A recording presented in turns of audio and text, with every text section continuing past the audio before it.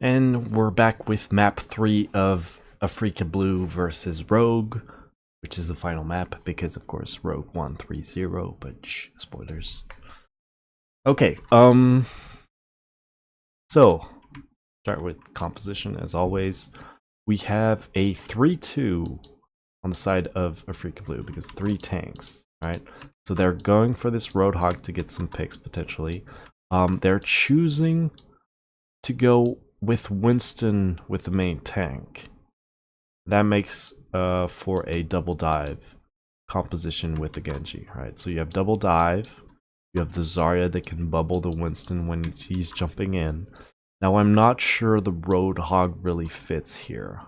I think it would probably be better to go for a Rhine Roadhog and here a Hanzo, so that way you have double pick and then a standard shield tank, right? Or if you want to go for dive, then okay, double dive is fine, but just I don't see how this guy kind of fits in here. Okay, whatever.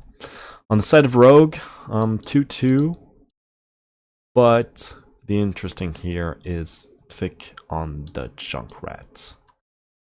Okay, so Junkrat is someone that we really haven't seen in the meta for a long time, and there's multiple reasons for that. Of course, during all of like the mid-June to mid-July phase, that was because of course Pharah was in the meta, and he doesn't do too well against Pharah. But in the meta currently, the problem is, you know, Junkrat has a tendency to just kind of spam those grenades into choke points, which is like what he does and why he's good. The problem is that has a tendency to kind of just charge the Ana ult on the other side, right? So you have to be kind of disciplined in not just mindlessly spamming stuff on Junkrat, right? And then just once the fight commits, do a lot of damage. So it's interesting, I guess. I think if you spam a lot and you give the enemy nano, you need to make sure you're yourself getting your nano early, so that there's not a discrepancy where these guys are gonna hit nano when you're just like halfway there on your team. So that's kind of like Junkrat's problem in the meta right now. Is it gonna work here? Well, they win the map, so I guess, but it's kind of like a trade-off.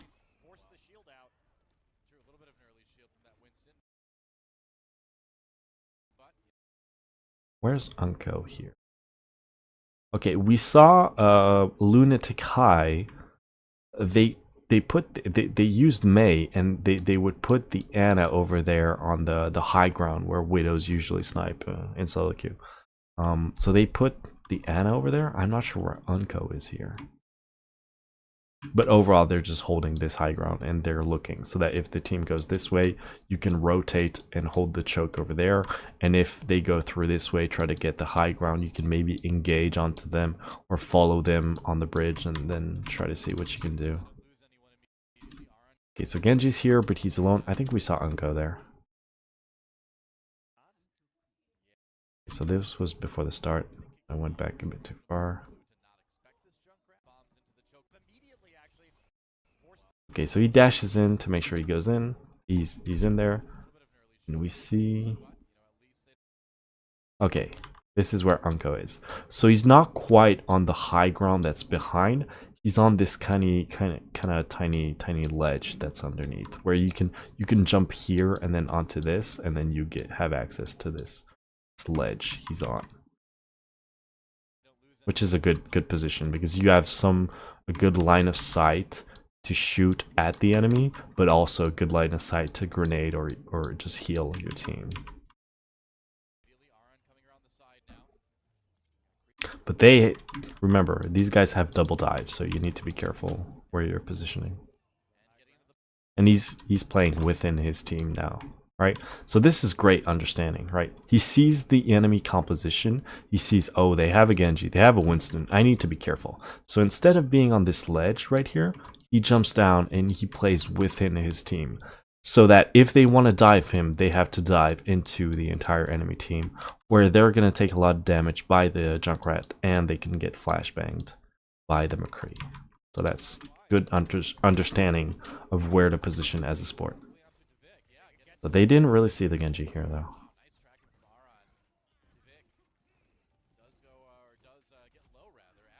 Ooh, good shot.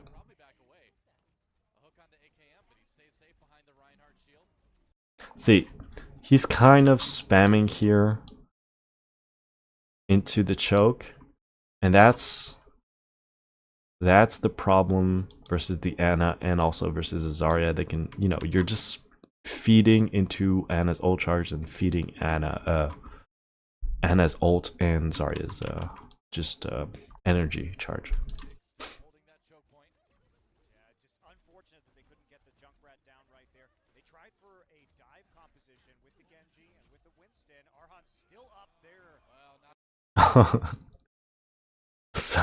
So the Genji dashed. Tvik hit a grenade on him during the dash, and then the trap was somewhere down here, and he hit the trap.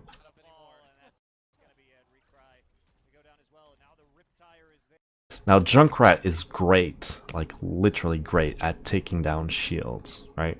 Even a Reinhardt shield doesn't last too long versus Junkrat, okay? But a Winston shield is just gonna fall right away versus Junkrat.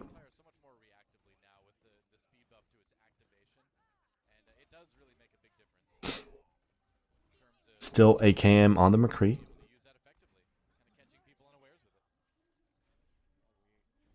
I think it's cool that Rogue... Oh, here's a tire. Is he gonna get something out of it? Tries to go above, doesn't quite make it. Doesn't kill anyone.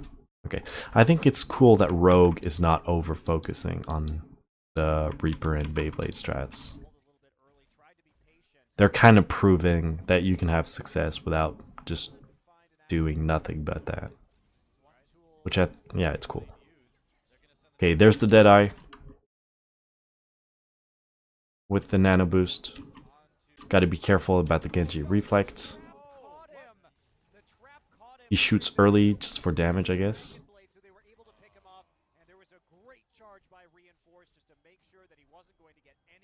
This is really messy fight. Afrika Blue loses someone early, so they're willing to kind of disengage. I guess it's fine. I think it's because on these two CP maps you have such an advantage in terms of respawn. On attack, I'd say you should be more willing to stay in there or try to trade one-for-ones so that you can just reinforce faster.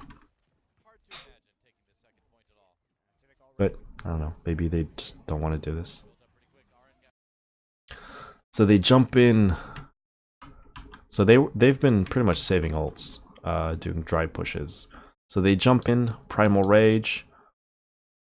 Is that McCree using Deadeye right now? I'm not sure, but they use Sound Barrier, and they're gonna use this Dragon Blade right here. Okay, but we had a Graviton to counter this. You need to be careful with Genji's dash usage when you're going for the Dragon Blade, because you can dash before, then use your ultimate, and that resets your dash cooldown. So you can dash, ult, and then dash again. Now, what you can try to do as a Zarya on the other side is, if you see a Genji ulting and then dashing, you could try to graviton him so that he stays in here with, sure, he has his ult, but he doesn't have any dash to get out of the graviton. But here, well, Win's probably used it to deal with something else, maybe deal with the monkey or someone else. So Genji does have a dash to get out of the graviton.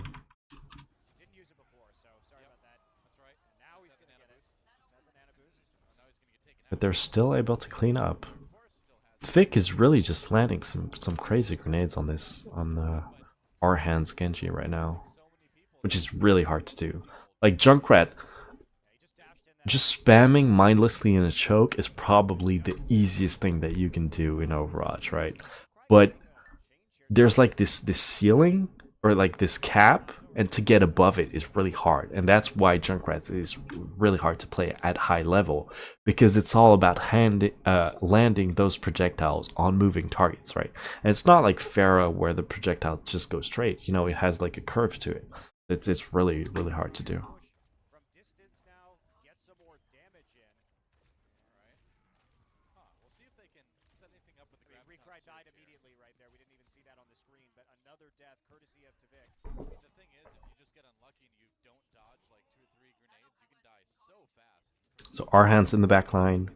He's trying to harass, to force like reinforce to you know, move his shield. Okay, there's the Graviton. Do they have anything to combo on the side of Afrika? Not really. They used Nano on someone. Okay, they used Nano on Genji once again. I think that's like the 4th or 5th time they've done that this series. Maybe 4th. Just nanoing a Genji that doesn't quite have ultimate in the hope that he's going to do enough damage with that to then have Dragon Blade. But they've never really then used Dragon Blade during that fight. So I don't know. I don't think it's great usage. If you're going to use Nano on someone that doesn't have ultimate, I think it's either has to be a tank or a Reaper or a McCree like Rogue likes to do.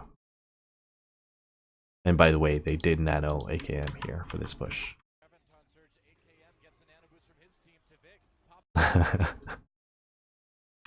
So Tvik just jumps down, positions here, starts ulting, the tire goes up, he explodes to kill Arhan, who's nanoed. So that's good, but he also kills himself during that.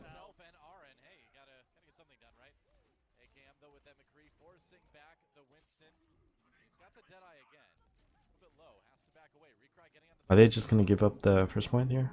It looks that way. Okay. So they felt like they were losing this. They're like, okay, let's not just try to suicide for the first point. We got a good amount of time for the first point, right? So that's 3.5 minutes used. So we're just gonna set up for the second point. Swap that Junkrat to a Mei, which is really good on second point because you can block off those the main choke or even the side chokes. And let's keep our ults for that second phase so that we don't get snowballed on. Right, and Afrika doesn't have too many ults. They're gonna have the Ana soon, and they're gonna be able to properly combo this time. Hanzo's a bit weird here, though. It's the same thing we talked about on Volskaya with the Widow. On these second points here, because the respawn is just so close, getting an early pick is not as valuable as doing it on like a first point. So like he had this crazy entry on the previous map on Eichenwald, and you can do the Hanzo pick on like the first point of like these 2 CP maps, but on second point, even if you get a pick, by the time you then commit to the fight and start cleaning up whoever is remaining, like the first guy that died is just gonna have time to come back on the point and contest anyway. So I don't like it. I don't particularly like it. It does make a bit more sense than the Widow because you have the Graviton to maybe combo and wipe everyone, but it's just for this combo here, right? Not for Hanzo's pick potential. No sign of a combo yet with that Zarya, but Afrika's been struggling to pull off the Dragon Arrow combined with the Graviton in general so far in this series.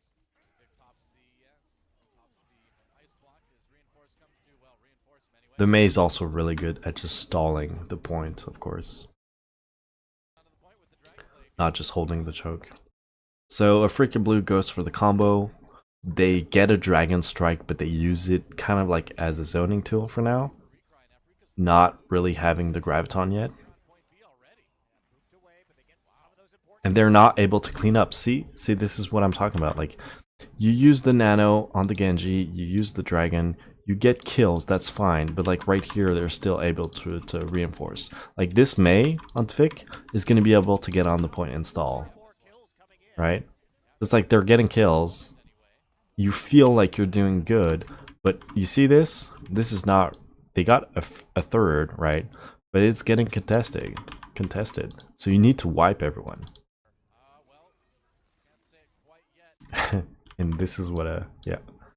See, May goes in the corner, uses her wall like this, and she's alone in the corner right here, just waiting and contesting the point, while while her team just can slowly come back, contest. Oh, and he used Blizzard too.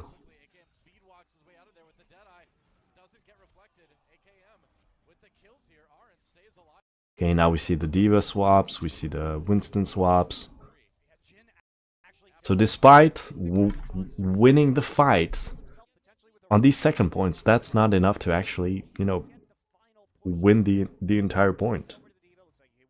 It's just not good enough. You need to wipe everyone. You need to kill everyone at the same time to get control of this.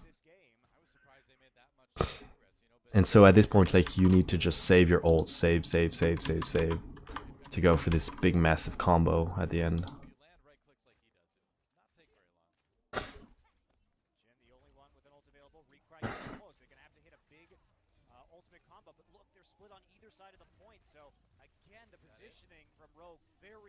They have Graviton and Dragon Strike now. Okay, they use it.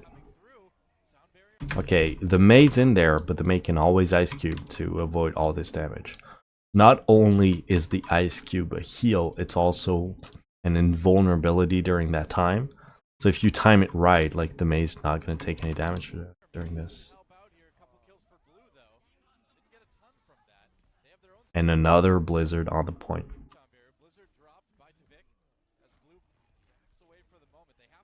That's really the problem with these 2 CP maps, is that the second spawn is just so close that you can't afford to just kind of use one ult and one ult and one ult, because you need to close out the map. Now Hanzo landed a crazy amount of shots, so he has another ultimate already, right? Which is one of Hanzo's strengths, if you're hitting shots, but I don't know. I still think maybe a Reaper in there can still have the same wipe factor, like just of killing everyone, while still, you know, having more reliable damage when he doesn't have ult. I think that would have been a better pick than the Hanzo. They swapped off the Genji for a McCree. Alright. They're still not going for a Reinhardt. They're just playing with this monkey. Which, now that AKM has a Reaper and also having reinforced on Diva, Diva does a lot of damage up close to a monkey.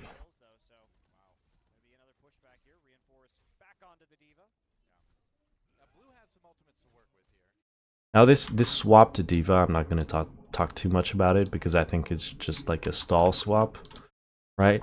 So when the attack is on the point and you want to get back really fast to the point to stall, you want to go for Diva, you want to go for Tracer, you want to go for May, right? So yeah, okay, Diva can defense matrix the enemy Deadeye, but I'm not, like, that's probably not the reason he swapped it. It's probably just to get back on point and contest faster. You see, he's going back to Reinhardt right now.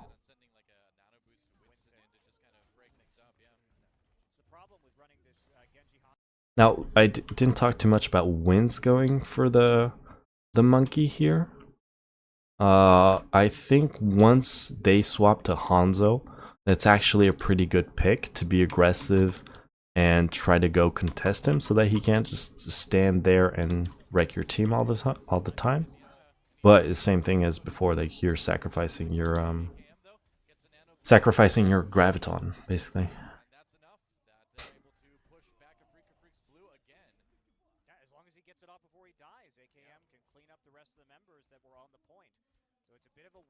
Okay, so Freaka Blue has now been doing just dry pushes the past minute or two to make sure they charge their ults. They have almost everything. They're just waiting for that graviton to hit, which they should have during this fight or the next one.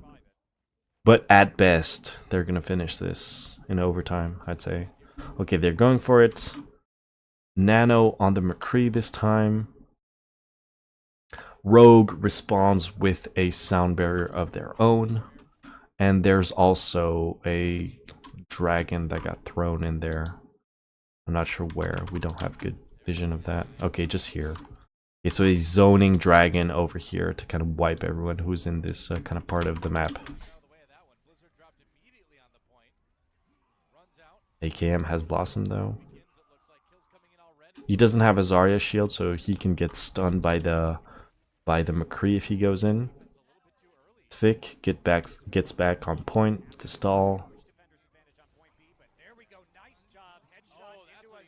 Okay, this is looking good now. There we go. They're finally able to keep people off the point for enough time. Okay, so now it's Rogue on attack. 2-2 with a Genji but a Widow. So instead of the Hanzo going for picks, we now have a Widow going for picks, and you have a double dive to jump in afterwards. Or to jump in right away and then have a pick, like to distract for the Widow to like get up here on this kind of like I don't know how you call it, just the ledge up here, like the on top of this basically. On the side of Afrika, standard 2-2, also going for the Junkrat, but instead of the McCree, going for this Genji here, which makes their overall kind of damage, their overall DPS like a lot less reliable, because the Genji's here for like those dash resets and a bit of harass with the shurikens, and the Junkrat, it's really all about if you hit those grenades or not. So riskier composition, just because you don't have a McCree here, right? The McCree's a fallback in this comp. Right? If you do well with the Junkrat, that's fine. If you're not hitting your shots, you still have the McCree that can output crazy damage, right? This is a bit more situational, right? So, okay, if the Junkrat does enough damage, the Genji can maybe dash resets and get the final blows, but I still prefer the McCree in here that Rogue was doing. Alright, let's go for this. He's going up. Early pick. Okay, cool. Cool. So he goes up here on this ledge, starts harassing. At the same time, we see Vic jumping in to kind of try to harass them so that maybe the shield moves. If the shield does move, then that opens up some angles for the Widow. Right. So Arthan right away goes to contest the Widow, which is what he's supposed to do, but I think it's already done. Like, they picked off the Ana right away, which is a huge target, really huge. It's probably the most important target to pick, because now their only healing's the Lucio. Even if he manages to heal a lot, and even if they manage to kind of stabilize off of this, they're not going to have that much ult charge on the nano boost. So it's a really, really big pick. He does kill the Widow, but I think it's still even if you trade 1 for 1, your respawn's faster, and the person that you picked is more important for a freaking blue.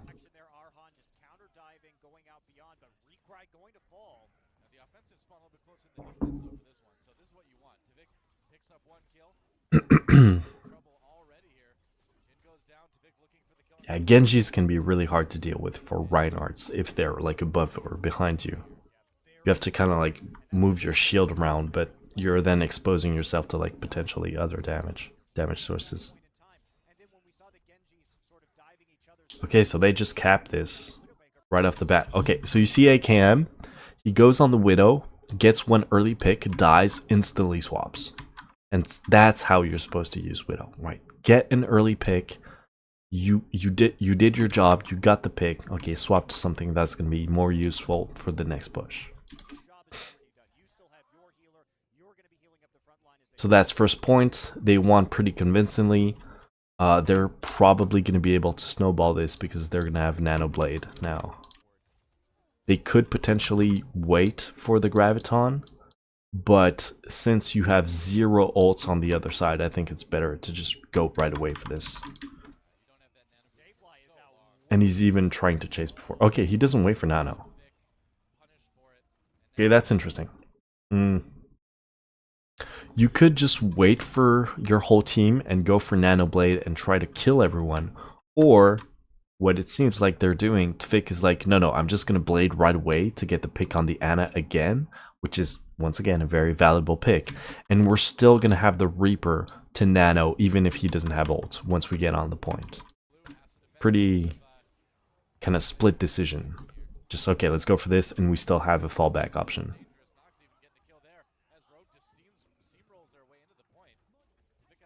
I think they've just, that's it. They kind of snowballed here.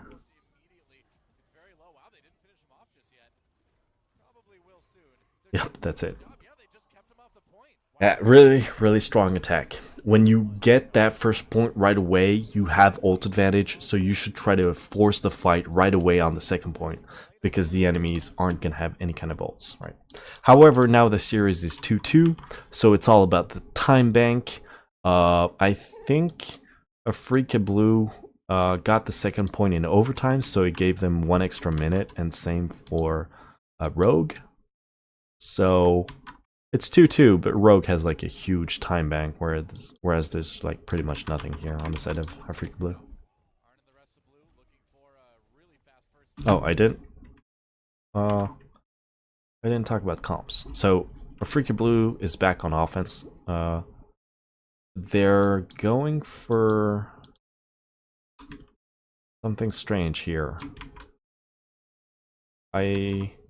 They're going for the Roadhog as your off tank instead of, you know, flexing a DPS to that and therefore having a 3-2. It's still a 2-2, but you don't have a Zarya, which I think is problematic when you're running Winston, because your engage is all about the Winston jumping in and getting shielded by Zarya's bubble. Here you don't have that, so your Winston is instantly a lot weaker when he's jumping in, right? And the Roadhog, like, are you going for picks? If you're going for picks, where's the Widow? Where's the Hanzo? Where's anything else to kind of help, right?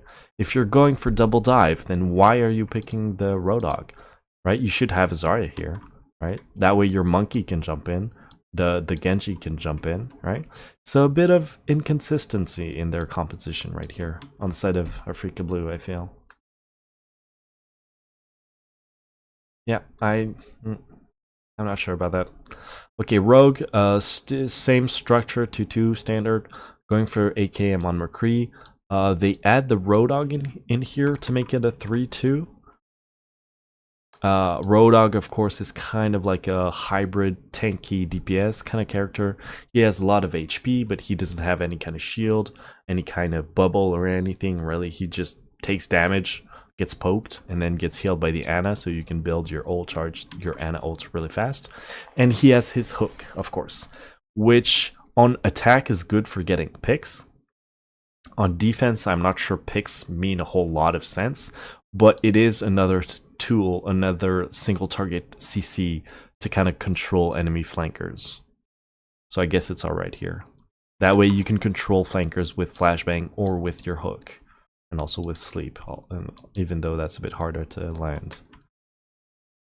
But yeah, kind of interesting that they went for the Junkrat before, and now they're swapping to this. I'm not sure what the decision is for going for this, why they're doing this, but I don't know. In terms of time, since they have so much time and that Afrika Blue doesn't have much, I think it doesn't matter too much. So we shouldn't read too much into this. They're also up already 2 maps to 0 at that point, so I think sometimes you can't really overanalyze things like these. It might be as simple as, oh, we're feeling pretty good, so let's just try this. Okay, and they get absolutely wrecked on the first push.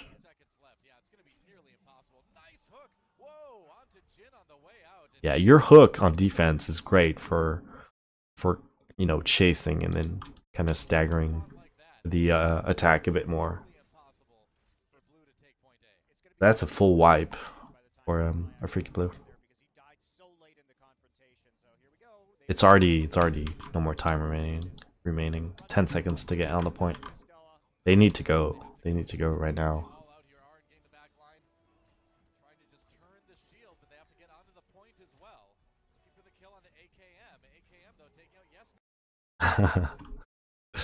So they got the nano really fast. They got the whole hog really fast.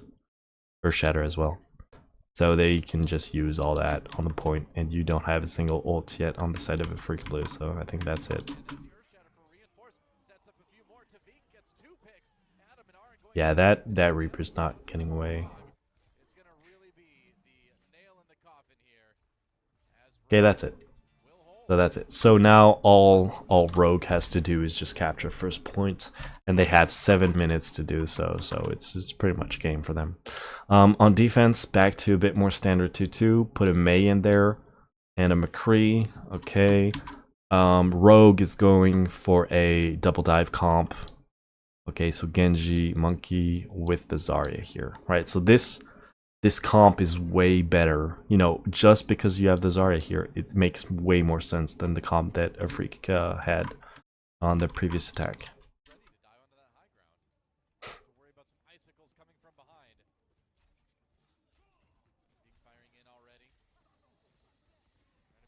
Monkey jumps in. This is the right way to do it. Monkey jumps in. He gets bubbled by the Zarya. He can take a bit of damage on the bubble. That charges the Zarya energy, right? And that gives a lot of survivability for the Winston here, because he can then follow that up with his own dome that we're going to see right now, probably. There we go. Bubble times out, and here's the dome. Here's the dome. So that's a proper engage for a dive composition, and you can't do it as well as that if you don't have the Zarya in there.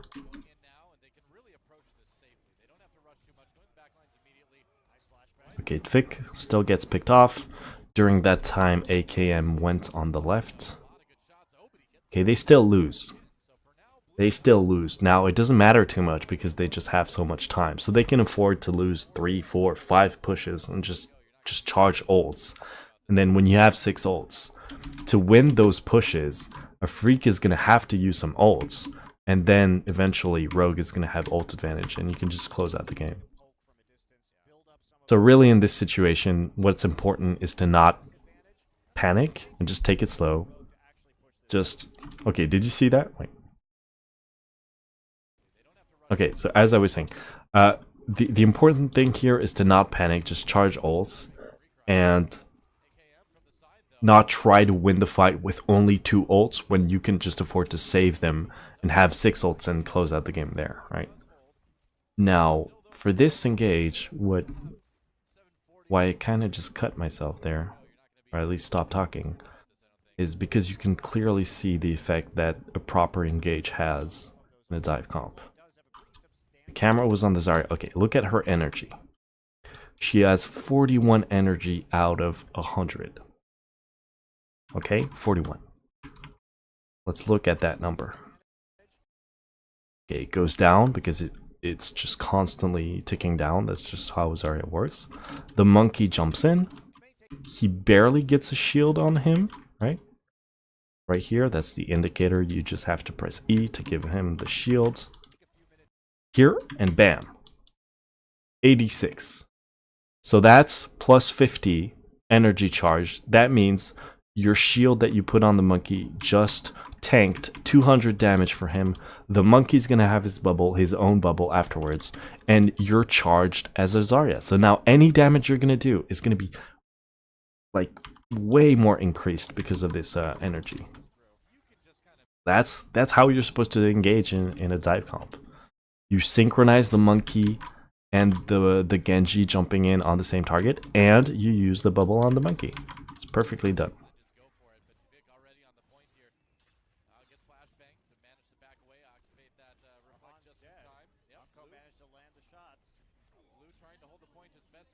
And here, what ults did we see? Okay, sound barrier,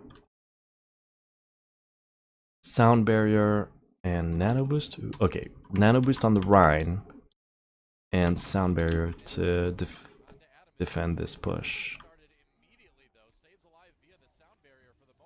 But as I said, like, Rogue can afford to lose this and a few other more pushes. But they don't care apparently. They're just trying to win this right away. Okay, Nano on AKM. He gets Earth Shattered though, and he dies. So this is kind of like what Envious did the other day, where all they had to do was charge 6 ults and close out the map. And here Rogue is being a bit too impatient on the Dragon Blade. Like, the Dragon Blade didn't wait for the nano, so then they nanoed the McCree, but the McCree didn't really get anything out of it. So, I don't know. They're not just being patient enough. Not too disciplined, basically. But eventually, they just have to win one fight and capture first point, which, because you have the respawn advantage, you are going to do eventually. Unless something crazy happens. And that should be game. Yep, it's game. So Rogue wins 3-0 in this rematch versus Afrika Blue. They had won 3-1 at the APAC premiere in the quarterfinals tournament, which they won, and they are arguably right now just the best team in the world. So no surprise really with this result, but just a confirmation of the level of play they're at right now. So anyway, I hope you enjoyed this. You can subscribe to this channel if you want to know when I do my next bot reviews, or you can follow me at @followkirby. That's it for this time. See you next time.